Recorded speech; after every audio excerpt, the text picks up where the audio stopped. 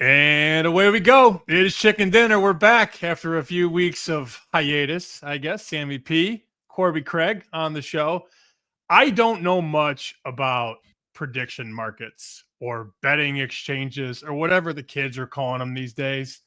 But the more you dig and the more you talk to people around the space that are under the age of 25, it's all about trading. It's not about betting, it's about trading. So, me, the old man in the river, and Corby, the young cat on the block, you actually deal with some of these exchanges in these prediction markets, right?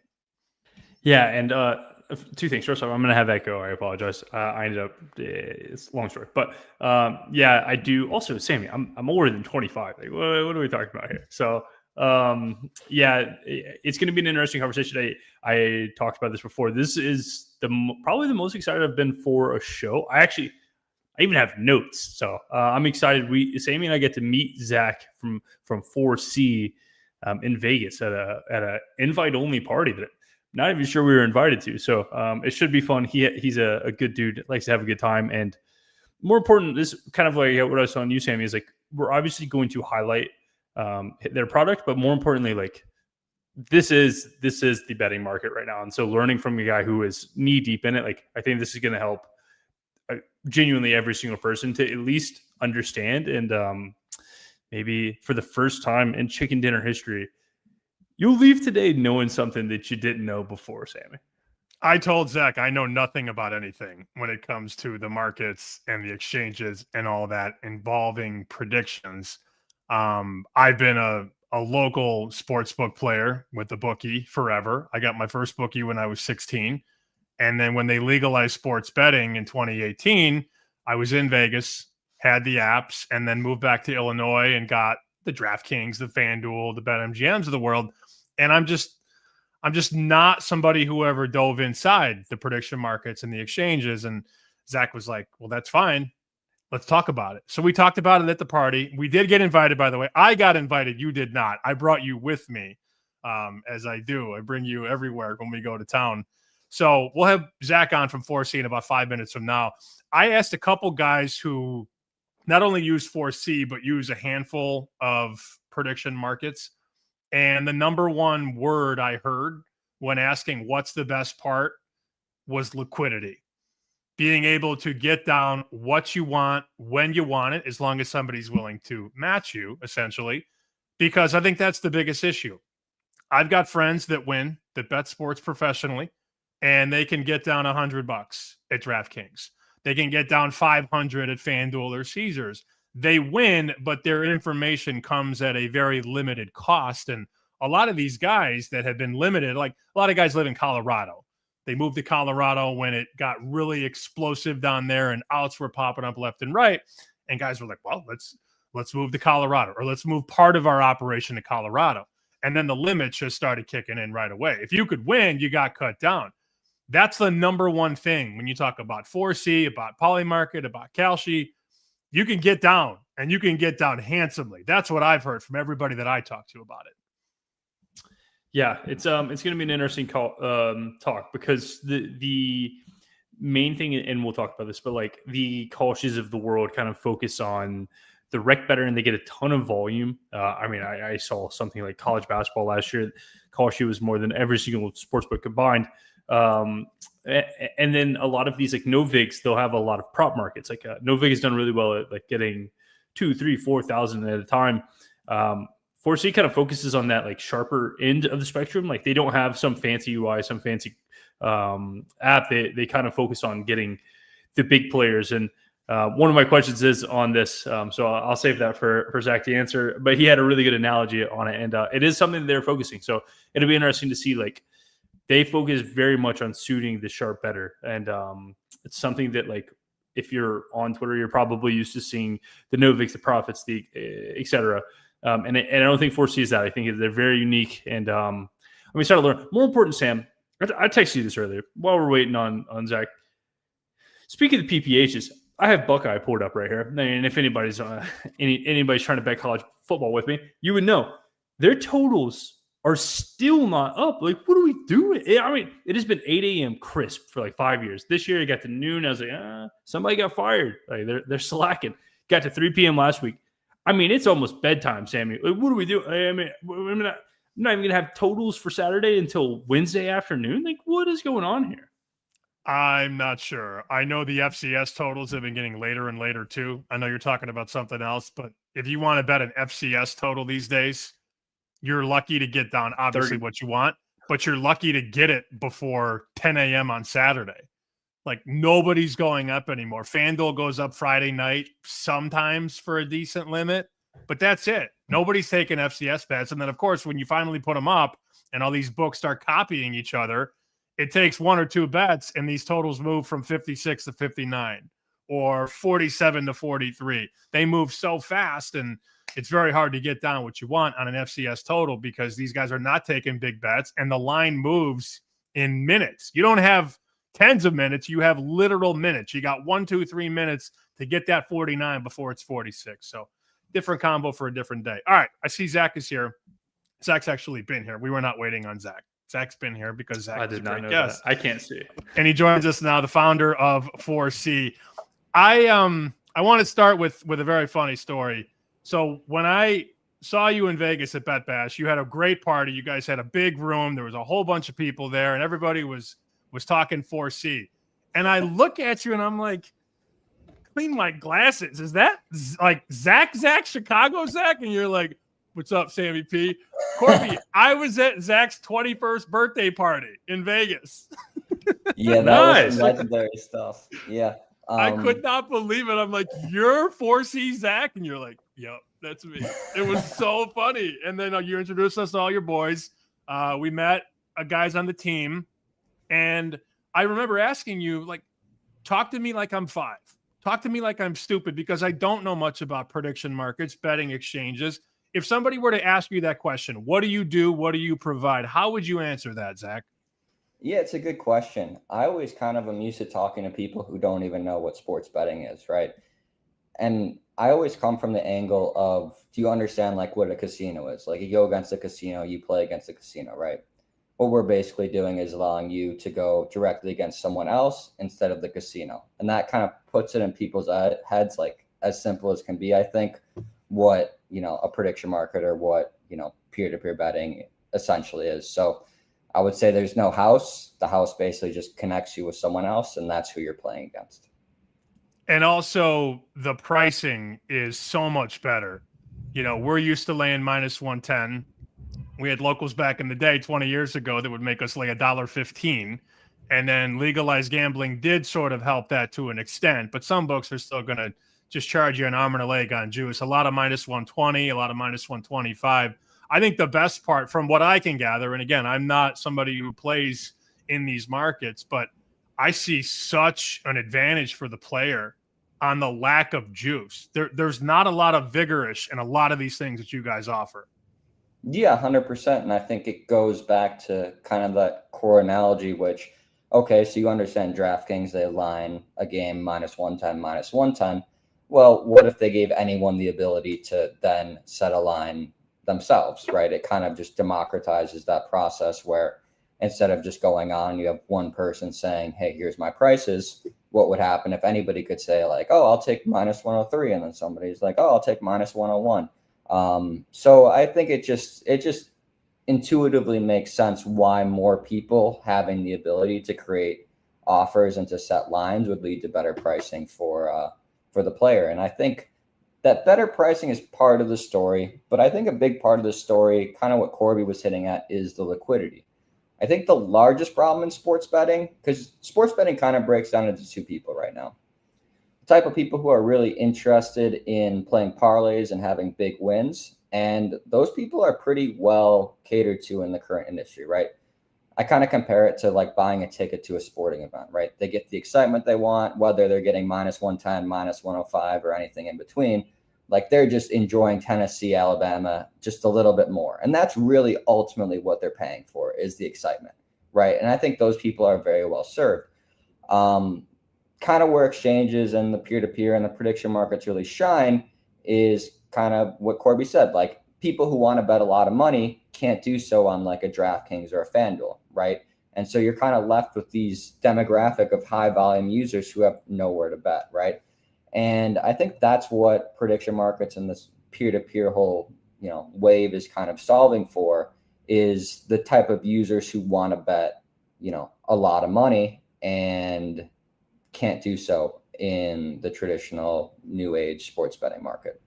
I know Corbie's got a list of questions. He never sends me any questions. And when he found out you were coming on the show, he sent me a scroll. I'm excited, Sam. You're a Chicago guy, Zach. When you go to CVS and the receipt comes out of the machine, you're like, oh my God, that's a big receipt.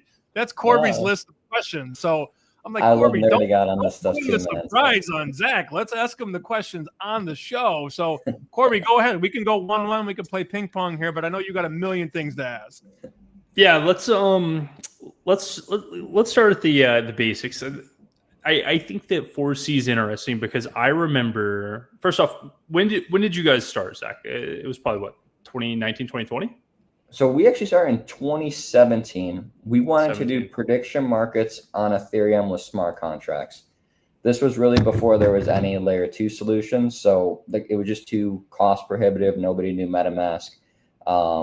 And what we kind of realized full circle was that a lot of the largest bettors were actually already connected, right? And so we had this idealization that we were going to create this product and we were going to bring all these people together who had never bet before and they're going to be able to bet a lot of money.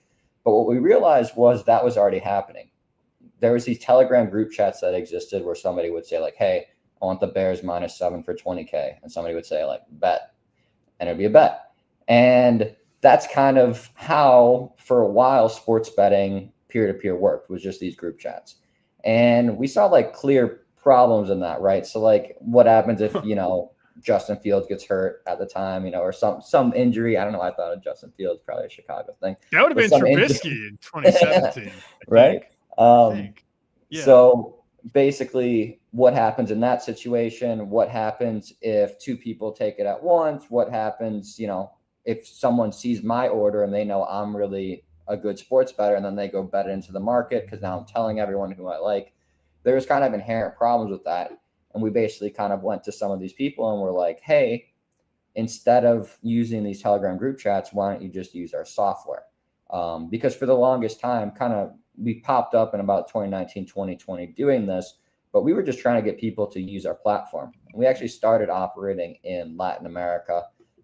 We ran like a free-to-play game with Bitcoin prizes in 2017, 2018, and people in Venezuela loved it because they could just play for free and win like $10 in Bitcoin, which for them, like, I don't know how familiar you are with their currency, but is going through hyperinflation. So just the idea that they could get some actual money when there's no jobs or anything going on kind of gave us that foothold there.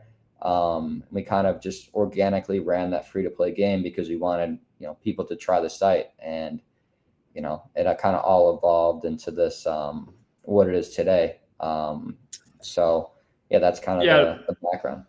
I remember getting an invitation from somebody, I believe it was 2020. I think it was right before COVID. Sam, if you don't know, 4C, I think the exchange still is, but it's invite only. And so I was like, buddy, I am not putting my money in an invite only thing. And so I was like, give it a year. Like, I'll watch you for a year. And he has used the exchange, and he's a pretty big bettor. I think that it's the only place that he gets down at. Like, it is his bread and butter at all times. And he's like, yeah, these other things are cute, but it goes back to this idea that Zack said in text, and I thought it was great. It's like you can trade and you can ask for the best price on like all of these small markets. Like some of these are focusing on parlays, some of these are focusing on player props. You fill in the blank, but like if you save somebody 40 cents on a soda, like that's cool for the person who wants to buy a soda, but like they're not looking for the guys to buy sodas, they're looking to buy the whole convenience store. So Forecasters very specifically has a demographic, and I think that's where they fit in. So Zach, I've got some questions ready. Let's get into it, Sammy. Let's do it. We let the origin soak in. Now let's get after it. All right. So the first one would be the most obvious. If anybody has tried to use Forecasters, you run into this issue of like there are two models. There are the exchange and the sweepstakes. Sweepstakes for U.S. people, exchanges obviously not in the U.S. And there's not like a defined app. Like it is very much made for someone who doesn't have the easiest of use case. Like it's a I would say that the UI isn't made for the average bettor.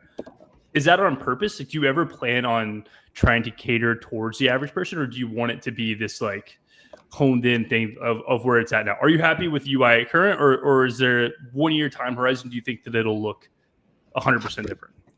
Well, I would be interested if you pulled it up, because I really don't think you can just use. You can just use username and password demo, and we can actually just see what it looks like. I kind of you just password as well as demo. Demo. I'm about to I blow will somebody's say, account up. Let's go, baby. While we look into this UI looks really good. I like this. I mean, more so in the sense that there's not like a I just don't want to use other exchange names, but like Novik has a very obvious app that wants to look like a sportsbook. This is like uniquely itself is more what I'm getting at. But I do agree, this looks good. Yeah, I think that it kind of just comes back to the Telegram thing, right? Like, just our roots. We were building in a time where sports betting had just become legal, and the idea, like, we mostly operate outside the U.S., and it kind of was always something where the idea of getting an app wasn't just on the table, right? So like, we were never going to go in the U.S. market and be like, we're going to get a license in New Jersey and we're going to go that route. Like, we kind of always like foresaw that was not our path, right? Because something else about us is, like, very early on, like, we raised like a small amount of money to start, and then we realized we had to figure out how to make this a business, right? We realized money wasn't actually going to solve the core thing, like, and that kind of, if you look back, and I spent a lot of time thinking about this, like, why did we end up where we are now versus Kalshi, versus Polymarket, versus all these kind of other platforms? And really a driving force behind us in the early days, we were like, man, if we could make a few $1,000 a week, like, we could like move out of our parents' house. And so, like, where some of these people like Kalshi, I think they raised like 30 million in like 2020 or something, where they were kind of always like, all right, like, let's make this legal. Let's do this, let's do that. Like, we were kind of like, all right, like, how can we like rub two nickels together and make a dime? I don't really know what that means, but try to grind something out. And so full circle, like, that's kind of why we went very like bootstrap. But I think it comes from the Telegram group chats, and it was always just about the simplicity and not making it anything different from a sports book. So Sam, if you can click on any sport, you should see like a sports book type view up top. Just click NBA. Yep. Oh, click the gear, actually, because this is not the normal view. I think it's because I was showing there, and then click sports book in betting view. Yep, sure. Cool. And so, like, this is how most people see the site. And I think I have the other. So this is much nicer. Yeah. So I think this is that's kind of when you were saying, like, oh, like, we're really trying to like actually make it so that there's the least amount of friction as possible in understanding what's going on here. And that's kind of why we came up with the idea from the start. We've always had this view, which is, hey, this is just like you would use any other platform. It doesn't matter who's making an offer, who's doing what. This is what you're used to. They're just better lines. I see plus 108 and minus 114 in my dick moves. I see minus 101 and minus 101, and woof. If we could bet into this every day, Corbie, huh? Crazy. I mean, it's great. Look at the straddle on the money line, minus 239 and plus 231. I will say, I think that there is something to be said about exactly what Zach just said, is like, they wanted to put money and focus into the idea of making the best product possible. When we see a lot of these companies taking out money or getting investors and trying to make the best like scalable product or like user market fit or like legalization into whatever, like, very obviously forecasters be like, listen, we don't care about any of that. We want you to have the single best experience that you can have. And how can we do that? It's not by signing on a chief winning officer. It's by making a good product. And I think if you've ever talked to anyone who uses forecasters, like, that is very obvious. Again, I reference my friend who it's been his primary book since 2020, which is if you bet enough, like, it's kind of hard to like have a book that you would go, this is my go-to book. It's just a weird thing to have. And so I think it speaks volumes, but I was actually acutely unaware that it looks this clean on the sportsbook version. You didn't hit the gear wheel. That's why. A couple did not hit the comments gear here. wheel. Trip, the mobile on 4C is pretty slick. We have redacted gamblers here. All caps. Yes.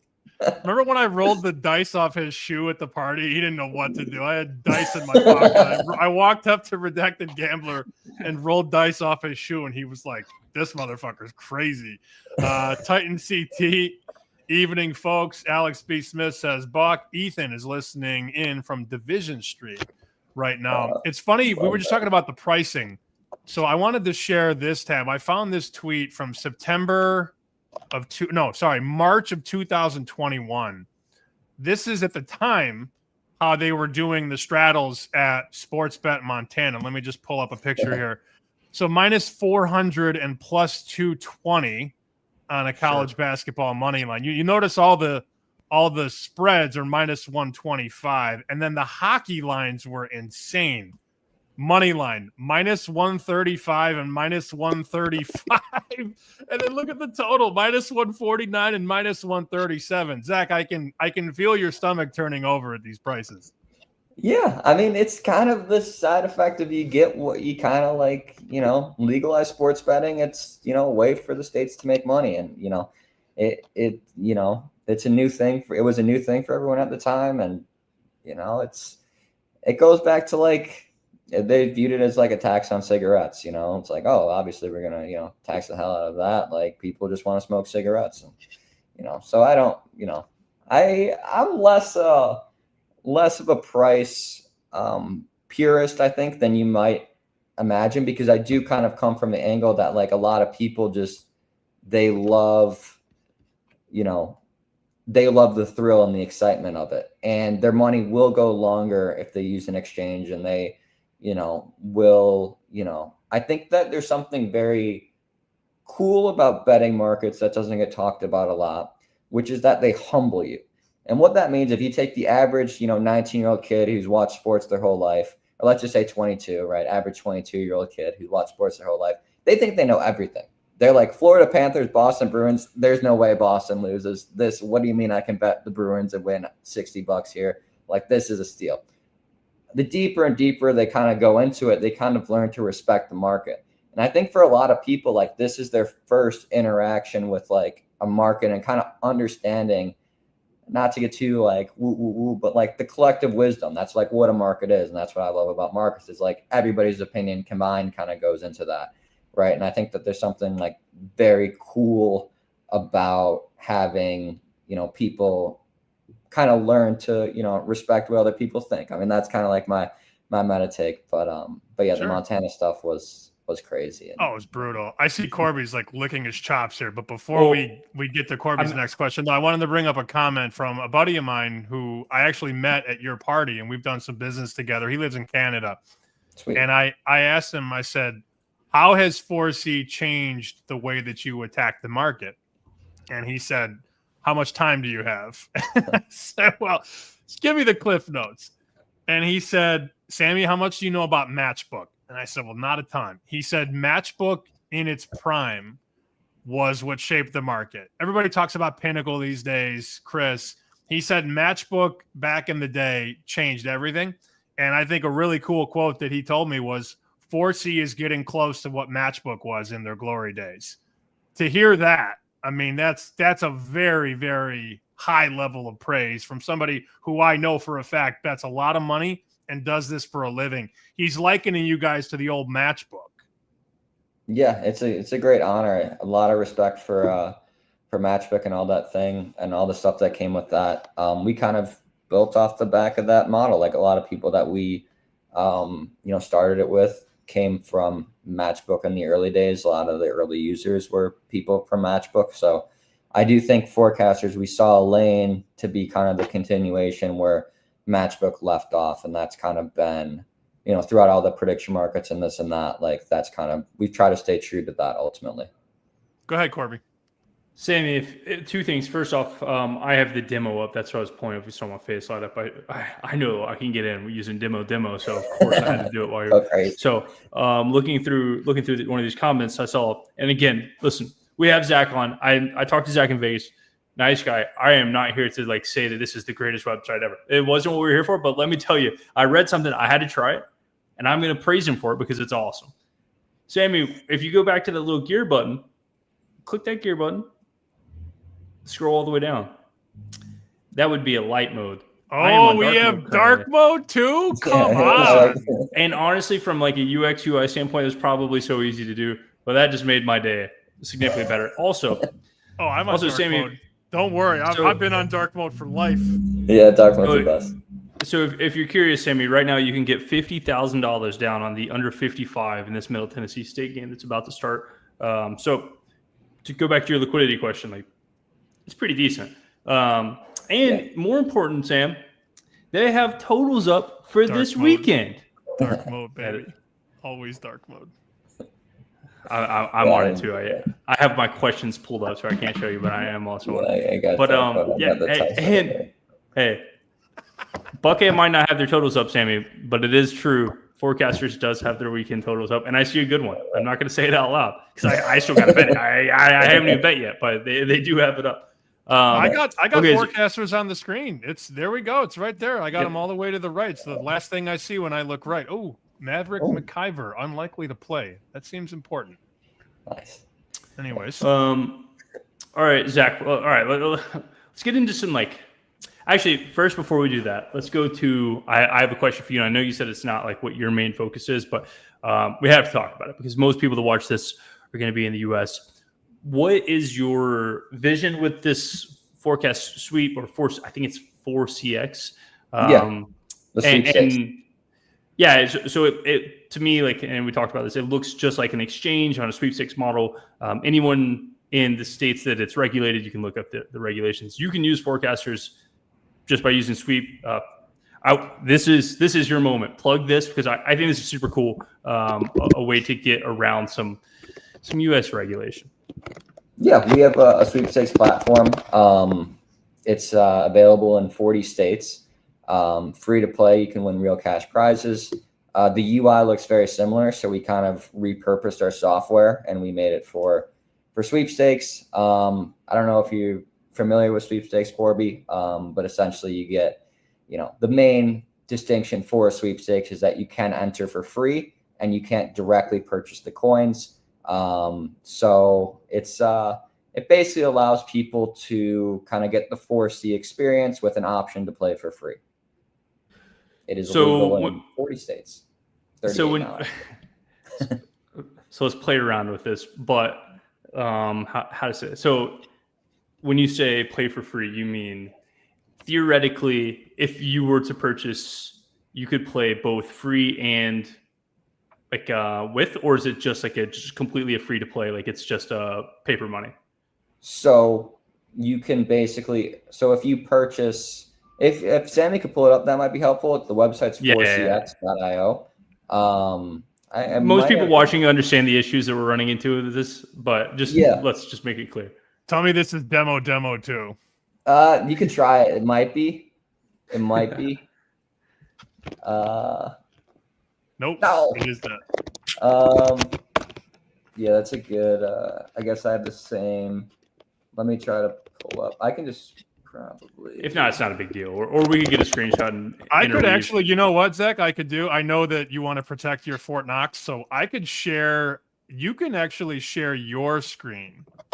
If you hit at the bottom of the window, you can hit present. I'm pretty sure. Make sure you don't get anything crazy going on, Zach. But yeah, I think I'm pretty simple man. So yeah. Hey, while he pulls this up, Sam, I will say the one thing that I think cool. So you'll notice it looks familiar. Same type of atmosphere. So if I go, I can't purchase coins in Chicago, so I can't show you that. But essentially, there's two modes: the gold coins, right, which are totally free to play, have no cash value. Neither of them have cash value, but can't be turned into anything. And then when you buy gold coins, we give you bonus sweepstake coins. So if you spent $100 to buy 2,000 sweepstakes or gold coins, you'd also get 100 sweepstakes Certainly. cash. And then that can be basically placed on like Houston, for example, like same type of thing. Like, okay, I don't have any money in this account, obviously, but if I had, 100 sweepstakes cash, I could, put that on, and it's basically the same experience. The biggest difference, the biggest distinction with sweepstakes is obviously from a legal standpoint, people have to be able to play for free without spending any money. So you can send us a letter in the mail and we will credit you 1 4C cash.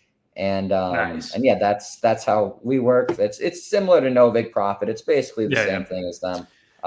We have no commission. Does it use the same liquidity pool? No, but you should recognize the product, and Cool. we'll just say that. It's a similar software. It's basically our way to have Americans experience the 4C. Yeah, and then what's the goal? What's the goal? Is it coming to America? Like, what do you think? Because obviously things could change, and I know the current landscape may not allow for it, but things can change. Like, what are you expecting? What are you hoping for down the road? Yeah, the goal is definitely to make a mass market product, right? So we always came from the standpoint of like, let's build this for the people who care the most about pricing, right? Which was serious bettors, people who couldn't get down, things of that nature. However, in doing that, we kind of solved the liquidity problem, right? So now we're at this point where we have good liquidity, good markets, and it's kind of about opportunity. It's like, what are we going to leverage this into? What's kind of that next play? So sweeps was kind of our first foray into the American market. I'm not super long-term bullish on sweepstakes. California obviously just banned sweepstakes. So sports sweepstakes or casino sweepstakes. Texas is apparently closed. New York is trying. So those are a few of the largest states. But I do think in a number of spaces there's going to have a number of states there will be some longevity. But as a small scrappy team, we're always thinking about what's next, which kind of segues nicely into prediction markets, which is kind of having the moment right now with Kalshi. My favorite, Sammy. If you know anything about me, Zach, the number one bet I take every single year, Super Bowl halftime. It's my baby. It's my pride, my joy, the love of my life. And as these markets get bigger, my ears, my smile gets closer to my ears, Sam. What can I say? I'm excited for it. So the prediction market world has been an interesting one that I think 4C obviously has like a pretty big stipulation in. Like I think that there's a very good use case for this. Is why I was excited to talk to Zach. So Zach, I've got a non-forecaster's, more of a, like, let's go into like the general idea. I had a tweet that went like, I wouldn't call it viral. I would call it gambling Twitter viral. It's numbers a lot, a lot of numbers. Depends what a lot. It wasn't that cool. Even worse, it was really nerdy. Like, it wasn't even something cool. Those are the best ones that go viral because you're like, oh, it's not just some slop. It's like, I put some thought. It made me feel good that like maybe I know what the fuck I'm talking about. And then and I was kind of nervous because like, there's I mean, again, like no one knows everything. And so I was like, maybe I'm wrong on some of these things. So it's always good to have a guy who has been in it and knows. What is your take on these sharp money tools? So from somebody who has originated sports, let's just call it college basketball, talk to people who very obviously fake markets. It happens all the time. What I see is the cheapest way to fake a number 3 points the night before is you go post 40K liquidity on a college basketball on 7 p.m. the day before. You have a bunch of dorks go to their FanDuel account and bet $40 maxes. Every FanDuel that's bet it is probably flagged because they're an EV account. Now you just moved it on a fill of maybe a couple $100 because who's filling the other side of that on the exchange? You just move the line for basically free. That's my worry. And basically, I think these tools have a lot of use case, but I think there's a lot of caution that needs to be said.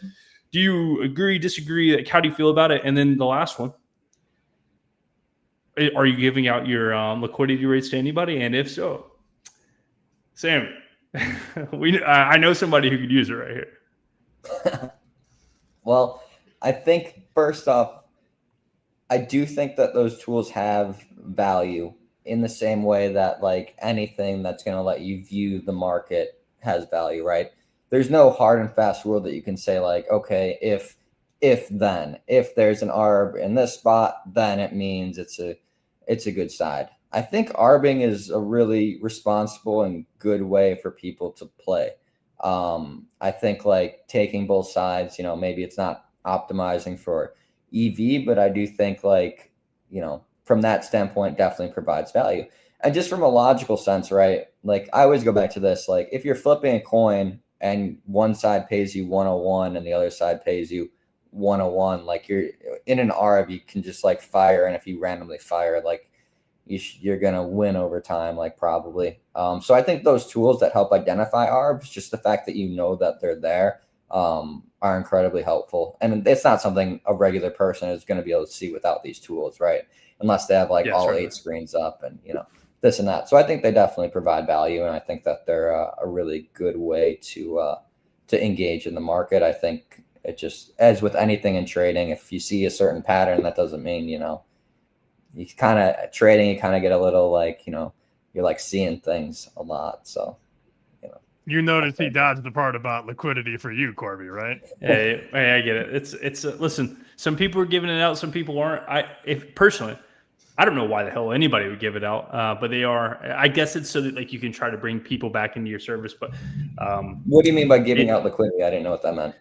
Like I can pull up right now, but like example of if somebody pinged, like let's say someone tried to bet this Middle Tennessee State game, which is already started, but against the point. Let's just say somebody wanted to bet the under for 20K.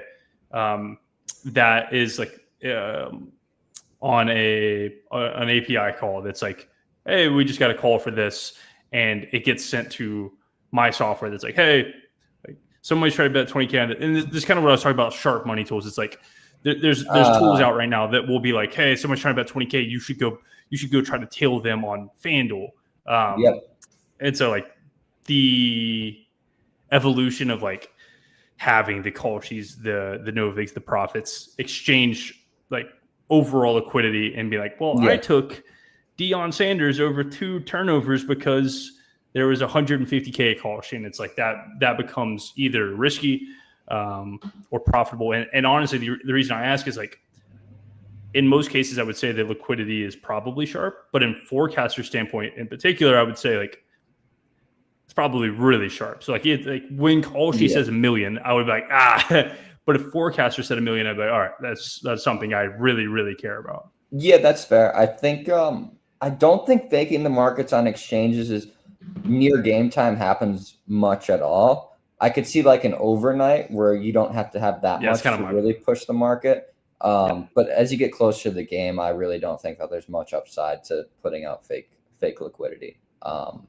So yeah, I think it's one of those things where it's just another tool in the tool belt, and it's the real worry is like these college basketball. I kind of prefaced it like college basketball is where I think a lot of these people get burned. College basketball gets posted 4 p.m. the day before at $150 maxes, and if you post a 20K on forecasters and everyone gets alerted that has a flagged FanDuel account, then like it could become a pretty big problem pretty fast. So it's interesting, but I would, if anybody uses these tools that are watching Chicken Dinner, if somehow you can get your hands on forecasters, I would say that is the sharpest people. Like that's my worry with all of this is like, you don't know who's making the order.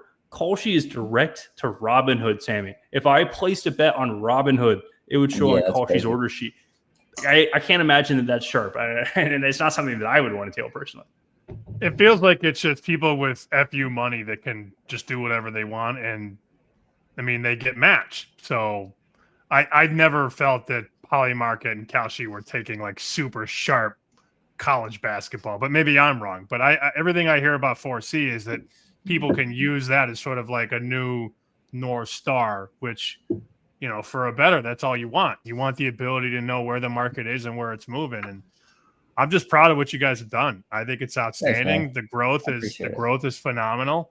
How many people on the team right now? About 5 or so full time, and like probably 5 or 6 that we go like mostly full time, like contractors, those types of people. But that's been a focus on my end. Has been trying to grow the team. I think that when you come up with just two people, you kind of have this like mentality where you have to do everything. And then it almost was harder for us to hire people because we knew what went into certain stuff. And so we like held people to a certain standard. I think that like, I don't know, made it like when you're an early company and you're like, I could hire this guy for 50K or I could just do it myself. For a while, we were just like, oh, we could just do it ourselves. You know, we don't need someone for that. And kind of as we've had, you know, I think we probably will double or triple revenue for the past few years. Like we're kind of reaching the point where it's like, and especially there's this moment happening, right, with prediction markets where it's like, there's kind of that, like, it's starting to become clear that we're going to have an opportunity to do something big. Like it's not, you know, maybe it's not prediction markets, right? Maybe it's the next thing, but we do feel like this is leading somewhere that's like clear. Cause for a while, like 2 years ago, there was no exchanges, right? And this all kind of came out of nowhere, or I should say prediction markets, because that's what we're calling it now. These prediction markets, there was no prediction markets. Like we were the, you know, we did sports, Polymarket did sports. They didn't do sports. They just did politics. Kalshi was live. Nobody was using them. Kalshi's been live for like 3 years. Like nobody.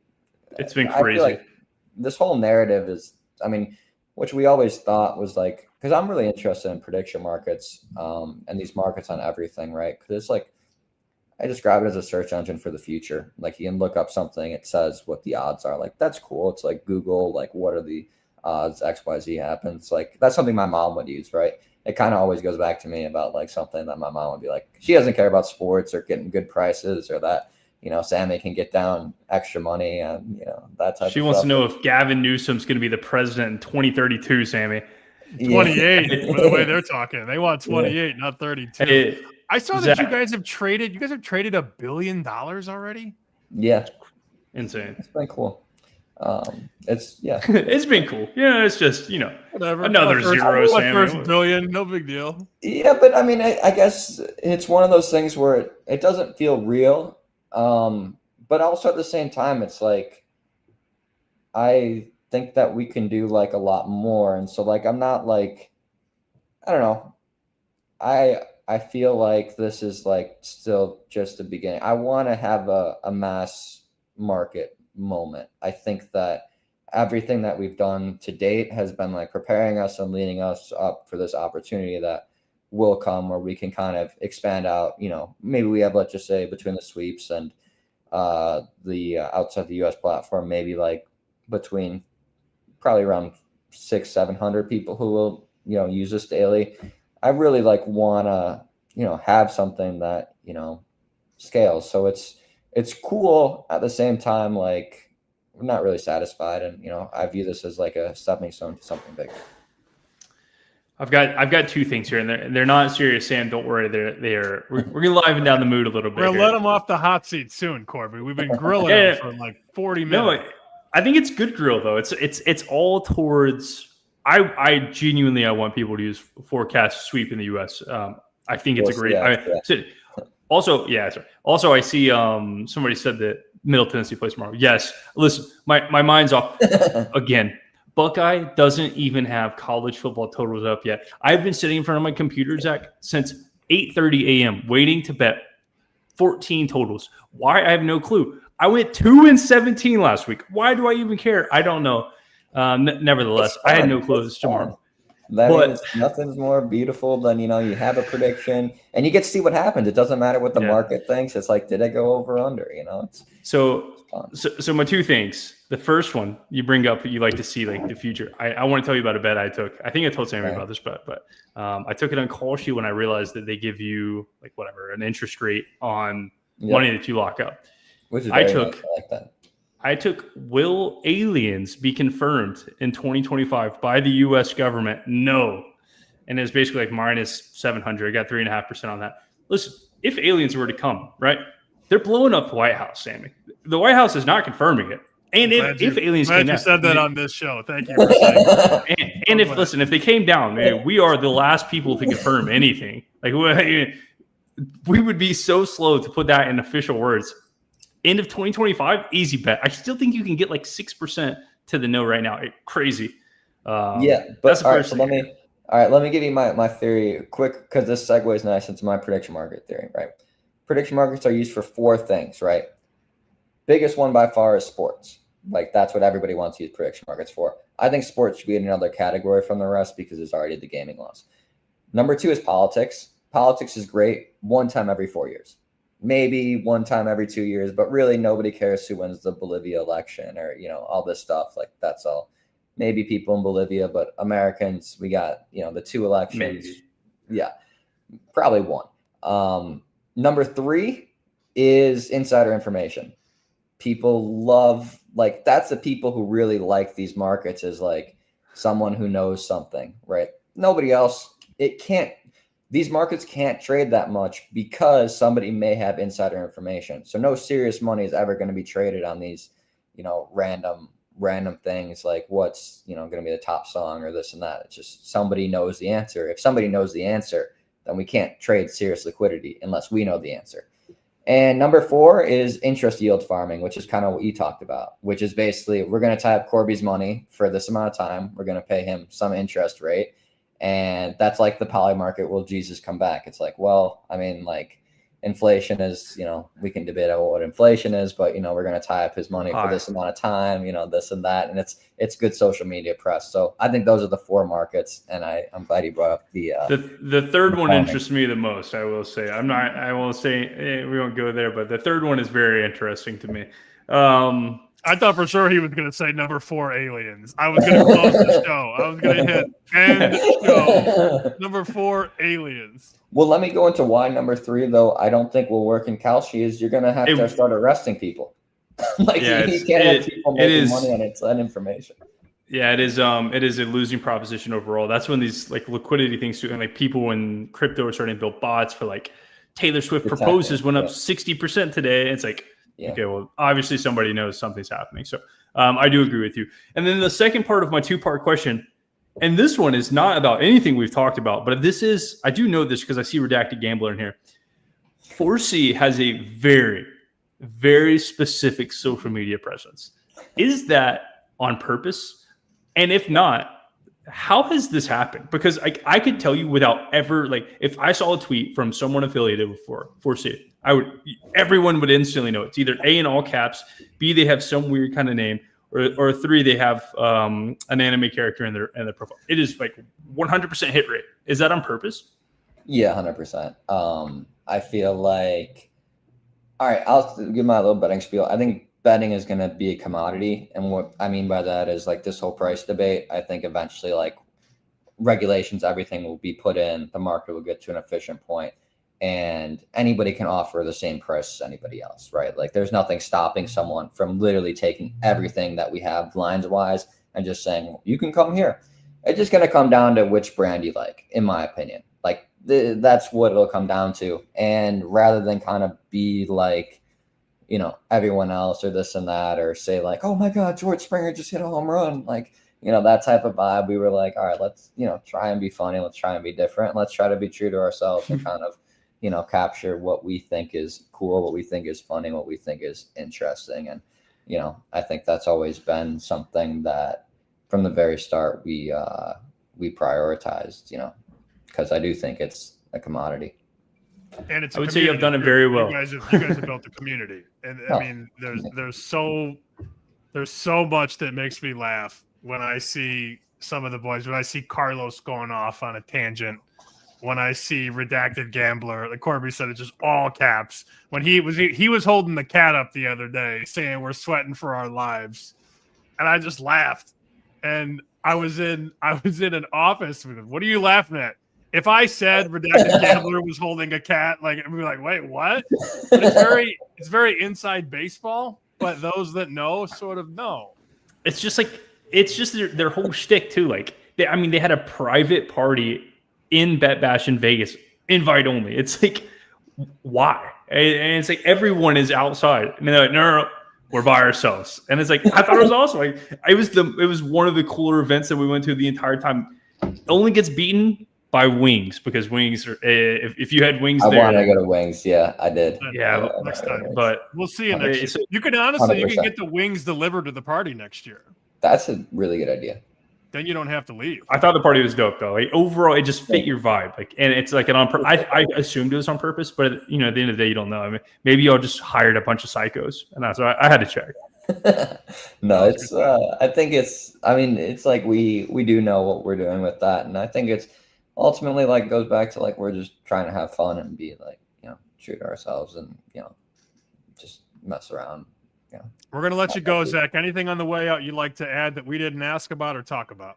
No, Sammy, thank you very much for having me. I really appreciate the opportunity. Corbie, thank you for the questions. You definitely know your stuff, and I appreciate you both you guys. It's cool, Sammy, to see how you've continued to grow in the space. Obviously 2020, 2021, that was meeting you vaguely. That's a moment that I'll definitely never forget. And I'll just use it to not to get too on that, but like RIP Mylan, our friend who kind of knew both of us and passed away, and that was I remember we got in and out and did all that, and it was just him kind of knowing you, Sammy, makes me just feel it's a special thing. So special guy, and thank you again for having me. I really appreciate the opportunity. I would get an opportunity to do much of these. Happy to really really grateful for the opportunity, and thank you guys both for your time. Of course, man. Yes, sir. Thank you, Zach. All right, see you guys. There Cheers. he goes. That's Zach from 4C, Forecasters, as the kids say. Sharp kid, man. Sharp The kid. best outro there's been yet, for sure. I was saying, he was gassing you up. I was playing the fake violin, trying to make it a little funny, and then he had to go to a serious moment. But it was all good. It was all love. Super sharp guy. I will say, I got invited. So we have a mutual friend who's a maniac, and he's like, "Hey, it's my buddy's birthday," and we get to the birthday, and Zach turned 21. He had been coming to Vegas, I think, for a few years. He was interested in the space and interested in betting and all that. And I didn't know, I'd never met Zach. It was his buddy's son was Zach. That was the birthday. So we were hanging out. They had this huge setup at one of the pools.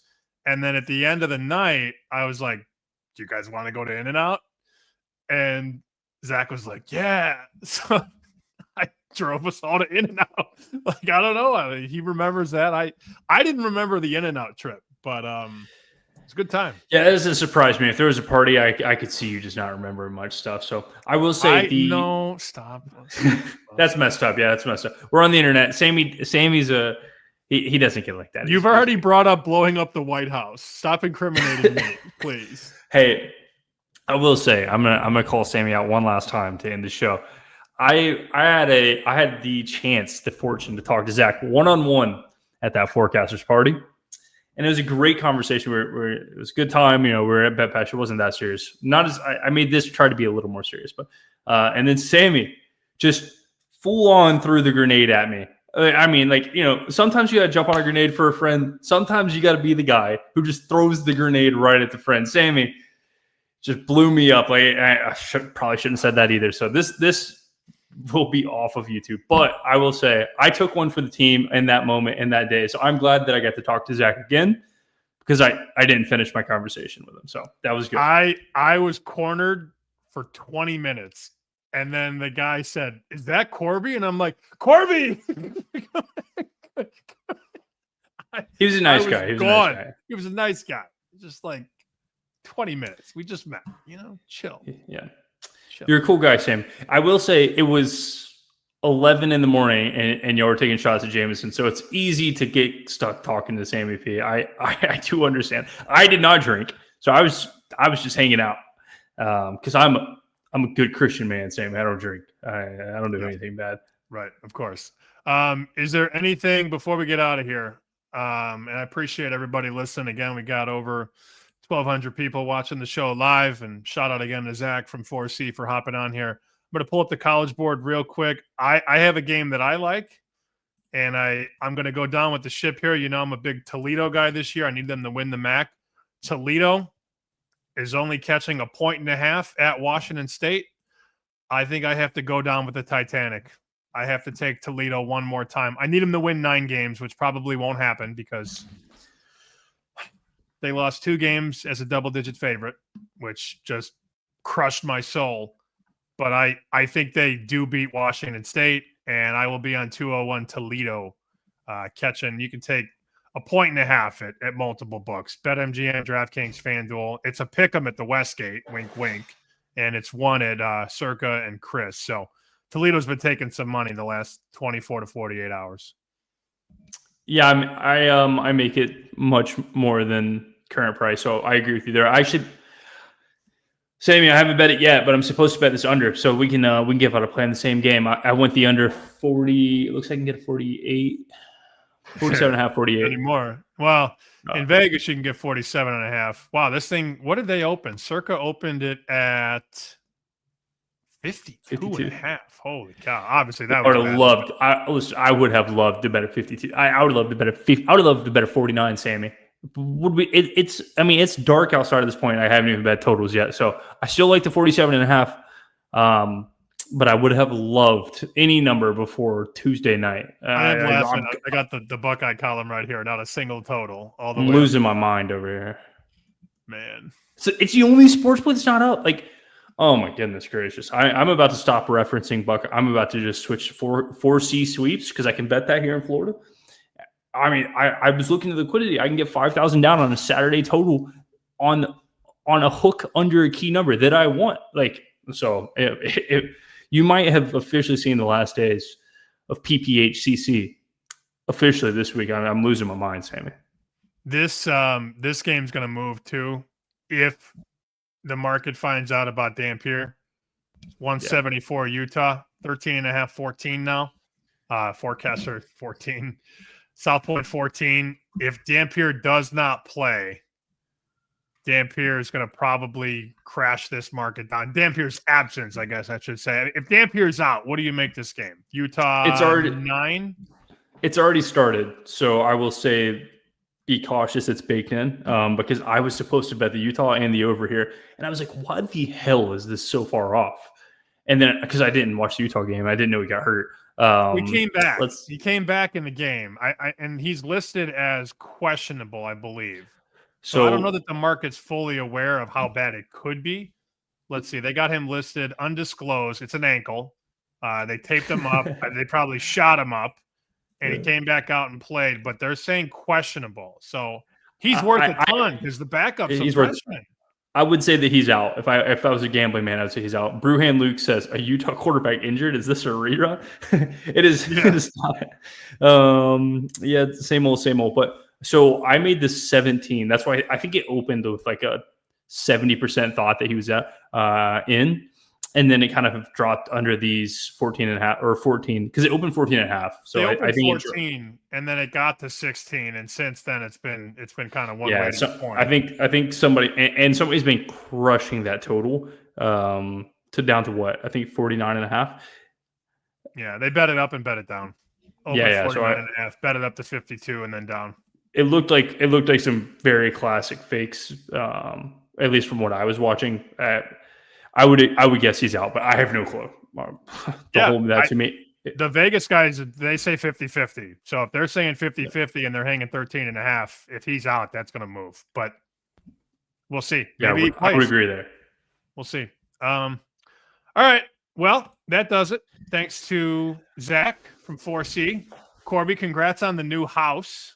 Yeah. Look at this thing. Also, nobody's even put in the comments the upside down Einstein. That was my idea. I thought that was cool. And then what other person you know, Sammy, has a signed Wright State jersey? The funny thing about this jersey, Sam, is it's by Wright State's all-time leading scorer. We used to gamble on him, so he wrote all right here about it. You can't. They only have the jersey number 1. So you can't buy his actual. He's not number 1. He's number 11. So he just had it right beside it, like another one. Not AJ Cole. Who is it? No, Loudon Love. The big guy. The big goon, right? He's like 6'8" or whatever. Yeah, he was good when they ran that high tempo offense. I called their games. I used to call UIC and. Did you really? Wright State, yeah. Nice. So I didn't know where it was at. Wright State's in Ohio, I'm pretty sure. Yeah. From the Wright brothers, apparently. Yeah, he was there. That was my last year at UIC, 2017-18. Then I moved to Vegas. He was a monster. He redshirted. He was beating y'all. He was huge. He was beating the hell out of y'all. Yeah. Yeah, he was unreal. So, so he signed that. That's cool. Yeah. So it's like, so they were basically posting first half team totals. Like you couldn't get a number high enough because Rice would just run. This says first half team total is under 40.5. What a joke. Cash or something like that. So, and then this one signed from Tulsa's backup quarterback, who again, not number 14, he's number 7. But Tulsa doesn't sell a jersey number 7. He came in and won me a bet. Like, starting quarterback had COVID, second string got hurt in pregame. He came in and he's like, went Davis Brin, you can look it up. I think they won. They beat Tulane in an overtime game. Won me a lot of money. So I DM'd him on Instagram. I was like, yo, if I send you a jersey, will you sign it? And he did, because no one had ever DM'd this guy. I mean, it's 600 followers. He's a third string quarterback for Tulsa.